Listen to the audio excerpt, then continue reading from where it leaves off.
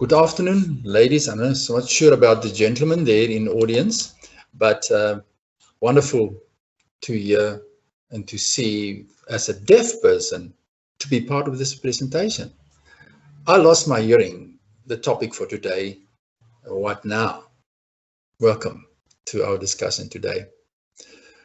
Looking back on the past allows us to study the nature of ourselves as clients, your patients, as therapists of tomorrow.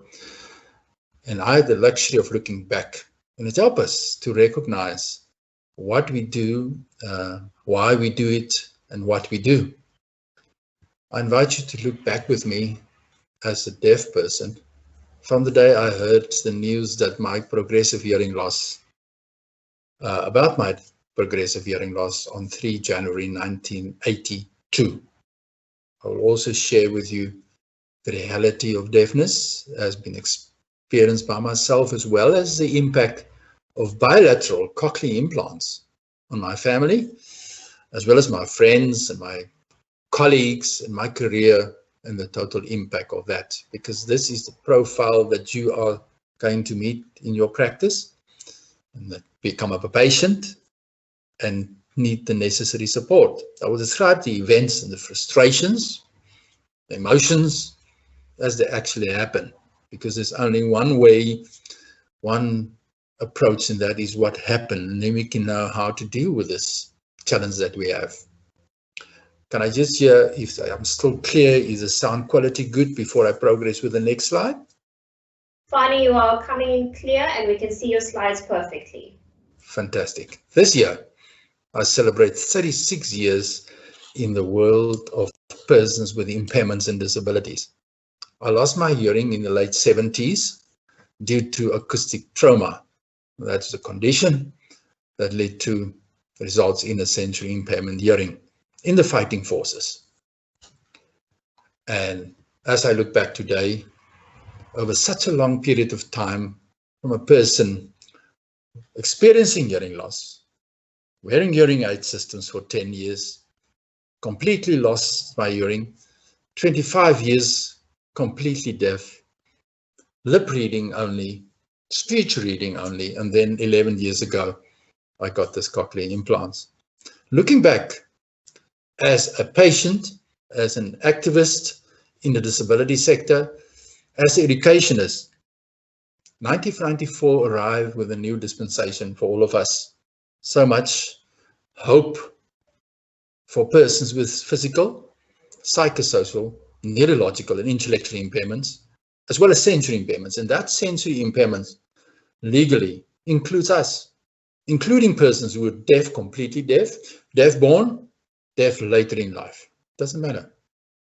Hearing impaired, experiencing hearing loss, mild, moderate, severe, severe to profound, as well as visually impaired and blind, part of the sensory group. So it's important for you as students that the legislation is in place, but where do we fit in it? And this is important. In the sensory group, of course, from a legislation point of view, and if you go through the legislation, for example, the Technical Assistance Guideline on the Employment of Persons with Disabilities, you are sending us as audiologists in your practice, the next step is going back to work.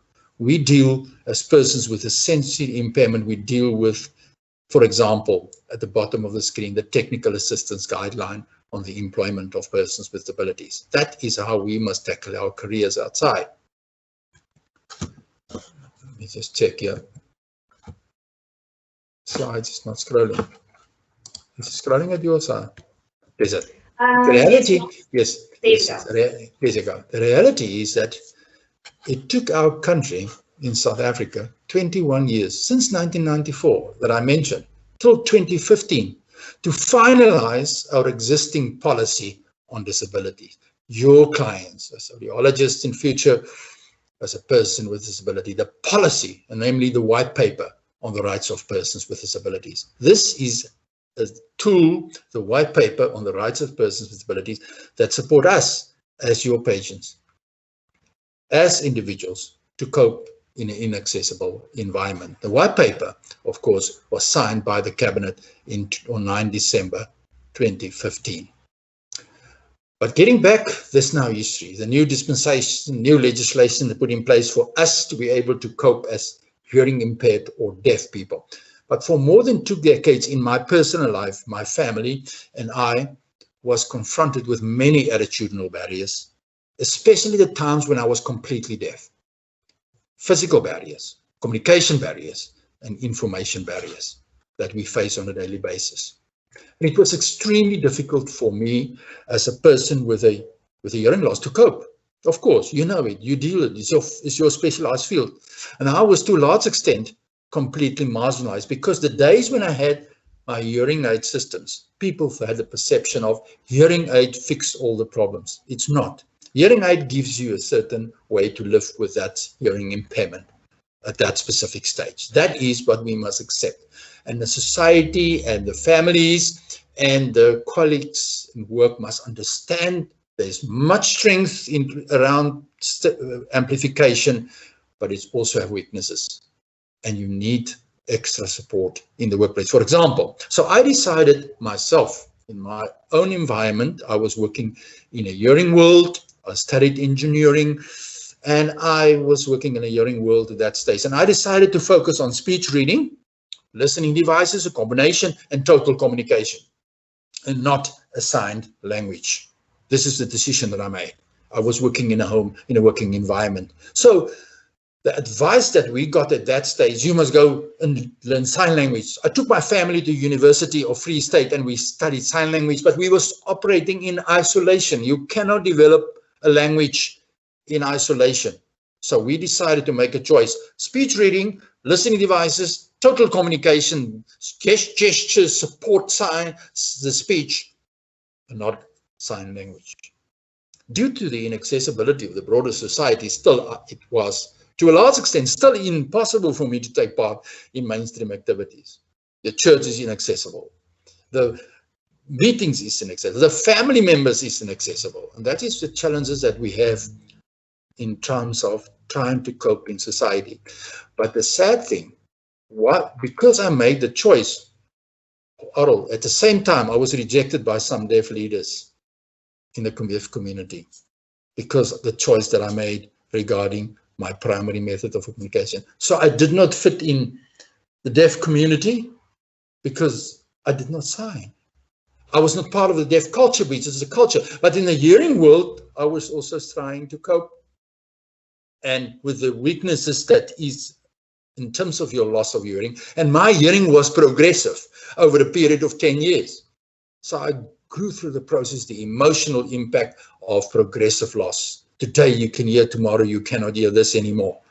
And it was traumatic for my family and I. And at the same time, I did not fit in anywhere. So you that's in the practice, deal with these issues. And it's still, after 30 years, the same. There's still a lot of politics between the different groups, not accepting the other ones. For example, some of the communities in the deaf world reject completely cochlear implants at all. They not associate with that cochlear implant issue due to cultural views on this issue. And you must know it as a therapist, and I'm an education practitioner today, and I must deal with it when I deal with my clients that comes in that have the same challenges that I had 30 years ago, and it's still today there. It was traumatic for my family and I. All I wanted was at that stage is I want to be respected as a person. I want to have access to reasonable accommodation in my workplace. I want to have access to oral rehabilitation. I want to have access to equal opportunities. That's all I want. I was just trying to be a good father for 2 talented children, a husband, an employee for my employer, and I was not interested in all this politics and issues and struggles between interest groups. I was not interested in that, but I was in it because of the choices that I made. So you have a responsibility as therapists to deal with these issues, and you cannot say, I'm just there to test, and that's that.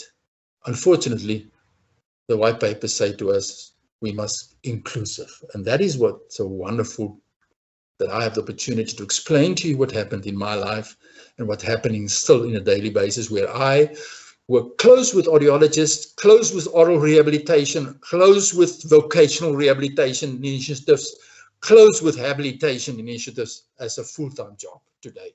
I had to learn also at that stage, and you must take note of that, that certain leaders in the disability sector, that hearing impairment is not an acceptable term to use. And it must be avoided. Hard of hearing was the term that they say that's the only term that's accessible. According to them, persons with hearing loss are not persons with impairments, because some groups see impairments as negative, as broken. And that is in line with legislation, not. So people do not understand legislation, or your client, your patient, go into that hole, and they must now maintain their dignity in a process where people say, you're not entitled to call yourself a person with a hearing impairment. In spite of what they've written in a convention, United Nations Convention on Disability, in the South African legislation, and codes and guidelines in our country about persons with sensory impairments. You see, when you got a political-driven views in society, that's confusing to people. And I was in that black hole by saying, I'm not allowed to call myself hearing impaired. Now, this line of thinking was a huge attitudinal barrier for me as a person that visit my audiologist from time to time, do tune it in, get new hearing aid systems as my hearing loss progress is a progressive situation. And at the same time, I must cope with all these issues that say you're not allowed to call yourself hearing impaired, you must be hard of hearing. But the legislation say you are hearing impaired. And that was difficult for me. It was an attitudinal barrier. And at the time, it blocked me from negotiating in the workplace for reasonable accommodation. So you and I today can look back and say, this did so much harm to people, and still doing, if people is not aligning with what is in legislation.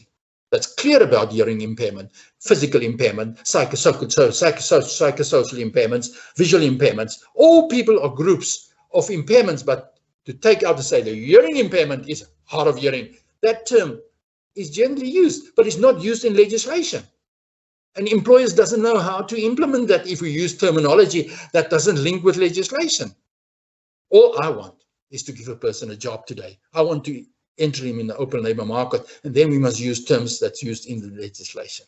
The approach to say that there's not such a thing as a hearing impaired person, and you will find that in your practice, and people will come into that with that same message that is contrary to the Employment Equity Act, that the criteria and legislation regarding persons with disabilities, the patients that go out from your office, they must have an impairment, and the impairment must be recurring in its nature, and the impairment must be substantially limiting.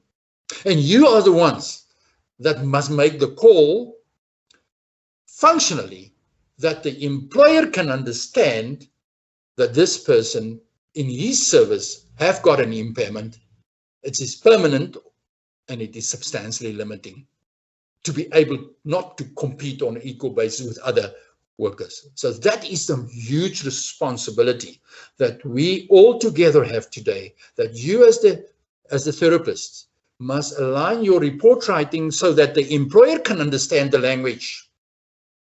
So the good news today, after many years of fighting in our country, is that diversity in the field of hearing loss must now be respected in line with paragraph 6.1.4 in the white paper on the rights of persons with disability. So my recommendation is, please make sure that you are the therapist of tomorrow. Please familiarize yourself with the content of the white paper, because this is the future of us that comes out of your office. And together we must be working together. And as I said, the white paper was signed by Cabinet. It's not a request, actually. It's an instruction to therapists, to professionals like me, to individuals with hearing loss, to families, to follow the guidelines in terms of this. We have deaf persons using sign language as their first language, and therefore require that they have access to sign language training, particular deaf children. And the parents, they require access to sign language interpreters as well as note takers, captioning on television, subtexting on television, to facilitate access to information for them when they leave your offices. But same time, we have persons with hearing impaired, who's hearing impaired, or acquired total deafness like myself, later in life, might, however, never use or utilize sign language as their language of their choice. But now you can say, but we understand that, but it's not understood by the community at the very moment. They require lip speakers, note takers, loop systems, captioning services, subtexting services, access to information. That is written in our legislation. But now what happens is you get television, news. Many people with a hearing impairment or deafness later in life is not sign language users.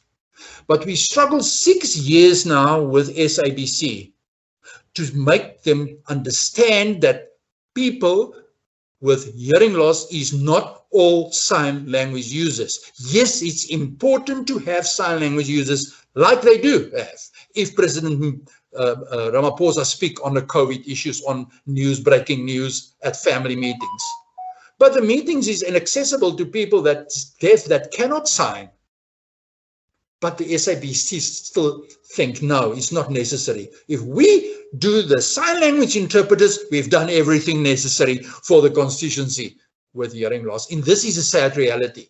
We struggle now 6 years from our side, from the National Council often for persons with abilities, with ICASA, to make them understand this. So we gave in, we throw in the towel. We're going to take them hopefully to court on the end of this year to force them to provide access for both constituencies, sign language users and non-sign language users. So it's not a new thing, and it's been like that for the past 36 years, a lifetime of struggle, and we're not there yet.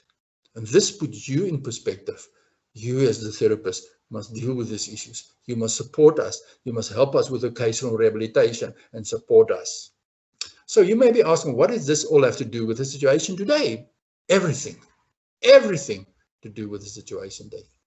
We have a co-responsibility. The disability sector, the audiologist sector, the speech therapy, the health professional sector, to come to see that all children and adults with a hearing loss are not deliberately withheld from their rights to reasonable accommodation, and by alienating them from South African disability legislation. And one of the things we alienate people say, you're only deaf, you're not disabled. They don't understand that disability is what happens there. When the society disables a person, disability is not inside me. Hearing loss is inside, yes. But the society disabled me, and people like me and your clients and your patients, if they're not getting access to meetings, access to devices, access to oral rehabilitation, this is, if the service is not there, this is where disability kicks in. Disability means is this imposed by society on persons with hearing impairment, physical impairment, intellectual impairments. And this is not clearly understood by role players. As I said to you earlier, let's say we're not impaired. That doesn't bring us close to understanding legislation. Without oral rehabilitation and habilitation, the loss of ability to hear sound and understand with clarity leads us to separation from others, which spirals into a loneliness and isolation. I deal every day with people coming to my office, not getting promotion at work due to the fact that they have a hearing loss, inaccessible working environments, inaccessible churches. If I go to Sunday to church and I need a good sound system, and there's such a small speaker system in the church, that church disables me per definition, because it excludes me from being able to take part in the activities in the church. This is as easy as that. And it's not one or two people. Approximately 4 to 5 million people in our country are persons with disabling hearing loss, according to the World Report on Hearing. With diverse needs, deaf-born, sign language users, mild loss, moderate to severe, severe, profound, total loss, unilateral loss. That's 7 groups that with diverse needs. There's no one size fits all. In terms of reasonable accommodation, we must deal with every individual on his own merit, and we rely on you as the therapist to provide us with enough functional information so that we can reasonably accommodate the person in the workplace, for example. But my families must understand it. If I have a high-pitch loss, my family must understand in a functional report why it's possible for me to hear the person when he knocks at the door, but I cannot hear the doorbell. There's a reason for that. But what happens in practice, people say, you deaf people, hearing impaired people, or whatever you call them, are just here when they feel like it. That's what people say. They don't understand why you can hear a knock but not a doorbell, etc., etc.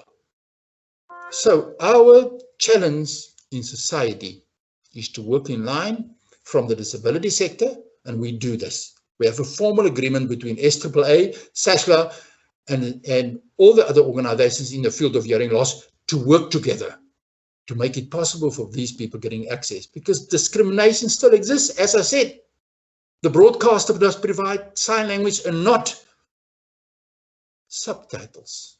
Direct exclusion from one group above the other. You people that's deaf, you have the right to hear what President Ramaphosa say. But you that's hearing impaired or completely deaf, that's not signing, is not to your interest. That's what the message that the SABC is giving through by only making provision for one group and not the other. That's direct discrimination. But it also happens in family context, and I deal with it every day. So my cochlear implant allows me to attend meetings like this one with reasonable accommodations. What is my reasonable accommodations? But my implant processes are, when it's turned off, I cannot hear anything. I regard myself as a deaf person, yes. So when I speak to university, I say, okay, I need the system, and we operate through this system where when there's questions and answers will be repeated to me by one person, etc., to make it possible that as a deaf person, can still do a presentation and make a contribution to share with you what happened since I was a young student and went up to the army, and lost my hearing in the army, studied and then lost my hearing completely through all the processes of progressive loss and hearing aids, completely deaf, lip speaking, lip reading only, and now what happened when a cochlear implant was there? Oh, goodness. It gave my hearing back, yes, but there's still weaknesses. I cannot compete if there's a background noise outside my lecture room here. I cannot compete. I cannot hear what you say. So there's still weaknesses. I need a silent environment in terms of legislation. Many people think cochlear implants is a solution to deafness. It's not. It's an amazing tool. You can just think what happened to me when I could hear my family for the first time in 25 years. But technology helps you to live with deafness in a certain way. And it was my personal choice. So what all role players affected by hearing loss should know. Persons with disabilities. What is the definition for persons with disabilities? Persons with disabilities includes those with the actual physical, psychosocial, intellectual, or sensory impairments, in our case, as a result of attitudinal, communication, and physical and functional information barriers are hindered to participate. So disability is not inside me.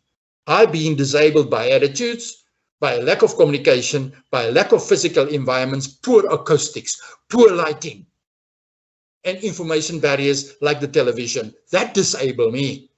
And this is what disabled some other disabilities is differently disabled still by attitudes, communication, physical barriers, and information barriers. So why are we telling ourselves this? To label us as something less able? No, I'm a practitioner. I'm an adult basic education practitioner. There's nothing to do, my ability have nothing to do with my deafness and disability. Got everything to do about the discrimination that I face. And therefore, reasonable accommodation must be implemented. Modifications, adjustments. This notes will be available on your system. Access assisted devices. But this is a device. This is not technology that I used to hear a neck loop induce sounds in my cochlear implant from the line. This is a device. This PC is technology. So we as therapists have the responsibility to make it clear to our patients and our clients what reasonable accommodation they can rely on in terms of modifications, adjustments, devices and technology, not imposing a situation where needed in a particular case to ensure that persons with disabilities, in our case, enjoy the freedoms. But you, as the therapist and the students of today and the therapists of tomorrow, must know what modifications I can ask. You must help me to motivate it in a functional report. That's why you do the functional report writing as part of your syllabus, because the clinical report to explain how much decibels loss I've got, unilateral or bilateral, and my speech perception of so many percent is clinical information. That must be expanded on to explain to my family in a functional report together with the clinical report as a unit. Not changing your way of report writing, but tell me what my family, my employer, what modification did I need? What adjustment does I need? Fani is a deaf person. He needs to be sitting in the front of the class when there's lectures where he attends. He needs favorable seating. Please arrange it in his work so that he can get access, because he must lip read as well. This is the issue on what we must work together from the disability side and you as therapists. Our reports comply with content of disability rights issues, yes or no? And this is the challenge. We need functional reports coming from the therapists, psychologists, doesn't matter. All disabilities, it's the same thing, but we need to know what must happen in practice. Fani comes from the Free State. His brain is wired Afrikaans, so he will find it much easier to follow the lips of an Afrikaans mother tongue speaking person compared with a person that mother tongue is isiXhosa and his second language is Tswana and his third language is English. This is a reality. But if I must stand up for that rights and that explanations, I'm on my own. We need you as the therapists in terms of the training that you go through, the protocol training, to help us to explain this to society, because society will not understand it necessarily. And if I had to explain it to society, it becomes a difficult thing for me, because maybe I'm still not in a process of disclosing my impairment yet. This is the challenge. So this peer tone audiogram is a wonderful clinical tool, but it tells nothing about my dignity, my potential, my barriers, what I experience in the workplace. Same with the speech audiogram. It tells exactly what is in a peer tone situation in a booth, what is my ability to discriminate. But what happens in my workplace, and I've been exposed to environmental sounds, this is the information that the employer needs from you as the therapist or the audiologist to make him understand better how to deal with me. Fani cannot hear a fire alarm. Fani needs flashing lights in the toilet to evacuate when there's a fire. This is a type of information that you are entitled to give in a functional report. So we developed a protocol for identifying the functional needs and the reasonable accommodation of a deaf or hearing impaired adult that is directly in line with the white paper on the rights of persons with disabilities, pillar 6.1.6, directive number 1.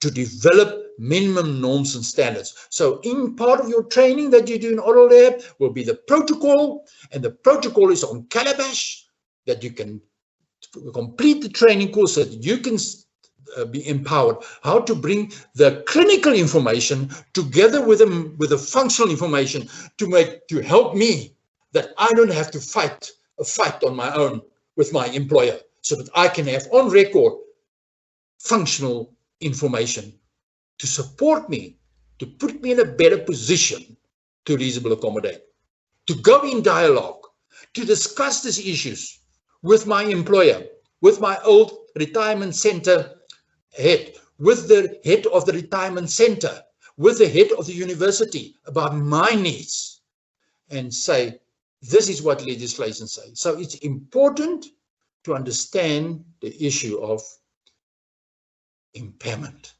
And impairment is a loss. Disability is a person with that loss that's being discriminated against by the society. That is the point of departure, that you can play a crucial role in mediation when there's issues that must go to the CCMA or court cases, that we can explain the functional impact of the impairment on the individual. So in conclusion, over the past 36 years, I have dealt with many people not understanding the impact, the real impact of hearing loss or total deafness. Staring at the equipment, asking the questions.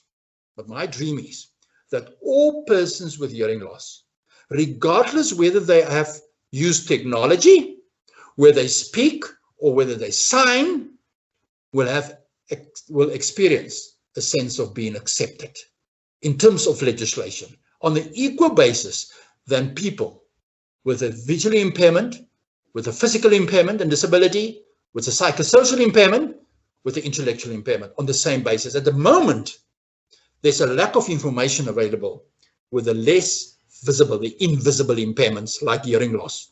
There's not enough information available at employers' level. So what happens? Employers employ first a wheelchair user before they think anything else. This is not equity. Equity means everybody must have the same opportunity. And at the moment, places is accessible for wheelchair users because people can see that. Hearing loss? Show me one hotel in this Cape Town area, metropole, that's accessible for hearing impaired in terms of evacuation. When the fire goes off tonight and you sleep on the 10th floor of a hotel, how are they going to get you out of that room? Your door is knocked, there's no visual alarms, there's no vibrating equipment under your cushion, and you're deaf, you burn to death. They have rooms available for the other disabilities that they can see, but they're not making provision for the less or the invisible impairments. And this is what we can change. To achieve that, we must see each other for our similarities. We have common areas to work together. Disability is caused by an inaccessible, unaccommodating environment. Disability is imposed by society when a person with an impairment is denied access, as per definition. This man, there's nothing wrong with him. He have a hearing impairment, total loss. He sits there at reception and the fire alarm goes off. He don't hear a thing. Probably, maybe. Every people run up and down to evacuate. He sits there because the environment disabled him. There should have been a flashing light. Show me how many toilets in the public buildings have flashing lights to evacuate. I'll take you out for a meal after COVID-19 for free if you can bring me companies that's toilets is accessible with flashing alarms, flashing lights to evacuate. The majority don't even know that is necessary. This is what you and I, you as therapists, you as health professionals, and we as from the disability rights movement must take hands to get our reports in such a level that we can educate society of what people need on grassroots level. This is the message. But we can only do this if we take hands, because together we are strong. Not on our own. We cannot do without you. I cannot do without a medical professional. They changed my life. by implanting these 2 wonderful cochlear implants. I cannot do without it. We must just work together to make sure that we get a better deal as it is at the moment, and together we're strong. This is my contact particulars. I'm a senior specialist, hearing impairment and deaf affairs at the National Council, often for persons with disabilities in South Africa. There's my email address on the PowerPoint presentation. You can welcome to contact me, but you're in such good hands at the university that deal with these issues. But I'm just giving you, hopefully, a perspective of today on how we experience it as your clients, your patients, and how we must work together as professionals to deal with these issues and give people a better chance, a better opportunity as it is at the moment. So this is my presentation. Thank you so much for listening to me.